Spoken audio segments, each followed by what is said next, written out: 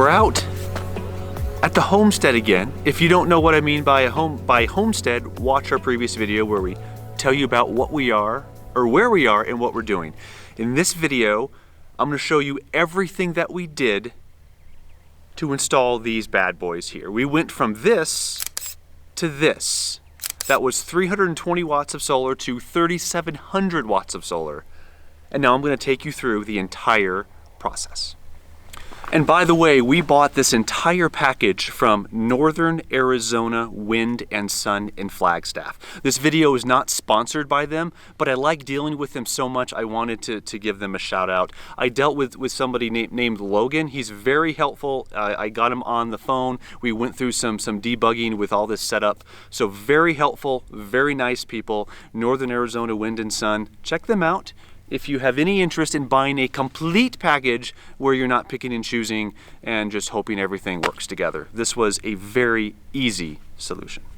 What we've done is we've installed two different solar arrays on top-mounted Schedule 40 pipes here, 6-inch Schedule 40 galvanized steel pipes.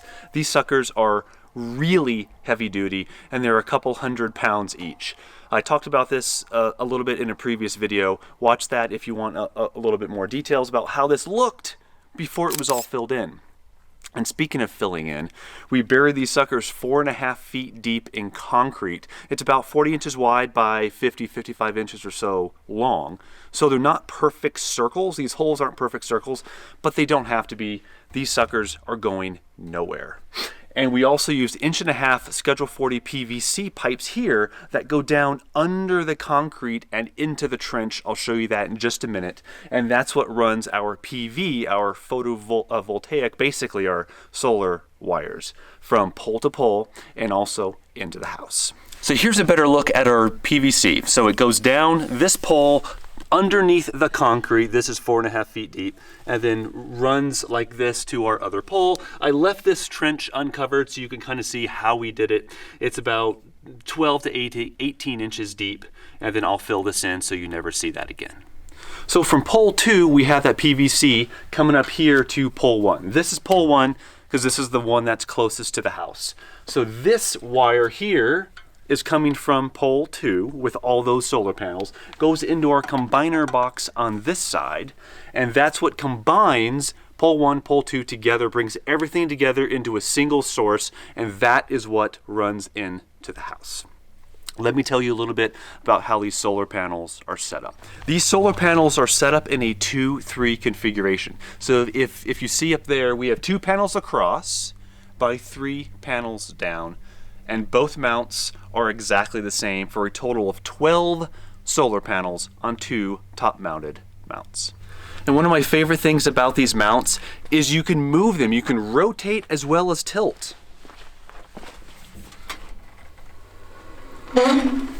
It's that easy. So in the morning, I can tilt the panels towards the sun. In the evening, tilt them the other, or rotate them the other way. They also tilt this way, which we're not doing right now because it really depends on the time of year, but they are very, very configurable. This is the tilt mount that you can detach and tilt the mount as you wish. And right now we have about a 35-degree tilt because of the time of year. We'll probably adjust that in the summer when we're here. This is our combiner box. It's from Midnight Solar.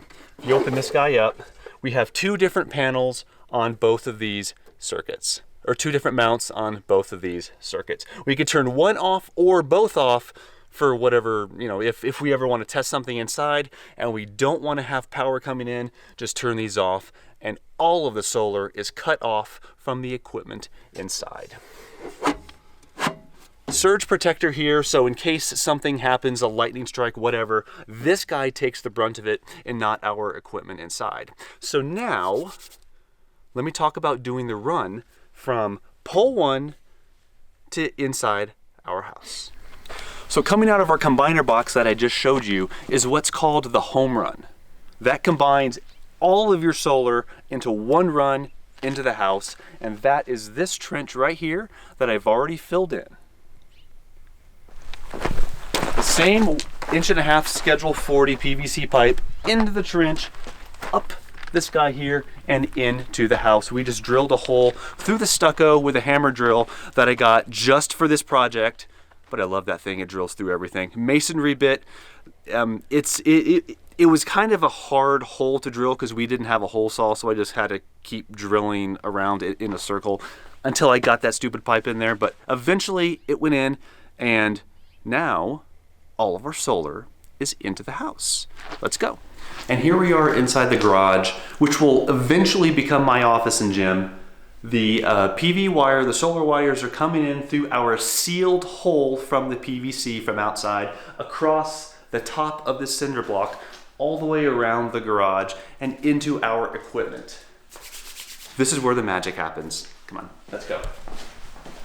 So the wires come down from above the block, the cinder block, down through this little insulation piece, this hose, and into our equipment, or our load box here from Radian Outback. This I got from Northern Arizona Wind and Sun as well. It's a complete system, pre-wired. Well, for the most part, it's pre-wired. All kinds of wires in there that we did not have to worry about. All we had to do is connect the PV wire to the correct places inside this box, and everything just kind of worked together. Everything saw each other. We have some batteries that I'm going to show you right now that make us self-sufficient after the sun goes down. Since we are completely 100% off-grid, we have no electric tie-in to the grid whatsoever. These are our two 48-volt Simplify 75 amp hour batteries. So together we have 150 amp hours of lithium 48-volt battery power. And throughout the entire night, these things keep our charge at about 75 to 80% charge overnight, even running lights and television. So these guys are really, really awesome. Not to mention our fridge, which we just got a couple days ago. Even with that sucker running and computers charging and monitors on and TVs, these guys are awesome batteries. Glad we got those. And this is our battery monitoring, preference setup, settings, all that stuff happens here in this Radian. It's a Mate 3S, that's the model number. But you can go through, set all your settings, check out how much charge you're getting, what the inverter is putting out. All that good stuff is right here in this one panel. We have a 4,000 watt inverter, by the way. We can install another 4,000 to make it 8,000. I can't imagine we would ever need that, but this system is flexible enough where we can just slap in another one and we're good to go. But this is where the heart of the system is, where we monitor everything, where we see the status. Everything happens right here. So you might be wondering why we have this massive system if we're just going to run a couple of batteries. Well, the nice thing about this system is it has grid tie capabilities. So in the future, if we ever did want to tie to the grid, feed back into the grid, and maybe make some money or at least break even, we can do that with this system. It's so capable and so flexible that we like to have that option in the future. We're not using that now. We have no real plans to use it in the near future, but we can if we ever want to. I'm going to show you one last thing. Our load panel here. Everything is nicely labeled, as you can see. This took some effort. Courtney and my mom took the lead on this to figure out where all the circuits go. But we have a couple of 20s, all the rest 15s. We're going to switch this out to 20 today or tomorrow. But everything is nicely organized, nicely labeled, and we can control everything with these circuit breakers. So in a nutshell, that is our solar system. I'm not going to go into all the nitty-gritty on the Outback Radian because, quite frankly, we're still learning that and how everything works.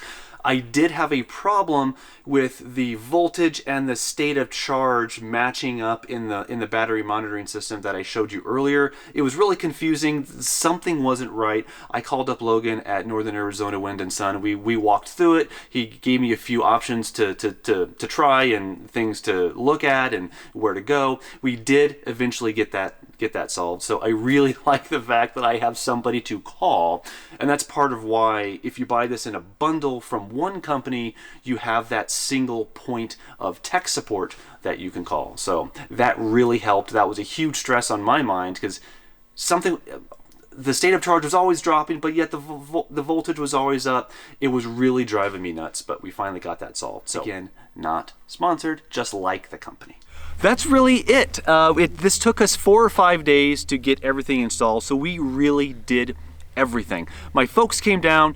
Thank you, Mom and Dad, for coming down, by the way. My dad is super meticulous. It would not have looked this clean if I was just doing the install. So thank you, Mom and Dad, for helping. Really appreciate it. I could not have done it without you. And stay tuned for more off-grid related videos like our water system. We have a huge propane tank back there. We're gonna be renovating the house in some ways, like the inside, making it a little bit more homey, not to mention a bunch of Airstream repairs that we're gonna be doing over the next couple months. But this was really our first major project so we can live inside the house and never have to worry about power. And that was my #1 priority for making this change. I don't want to worry about power. And thanks to these guys, I don't have to. So again, that's it. Thanks for watching, and I love the sun.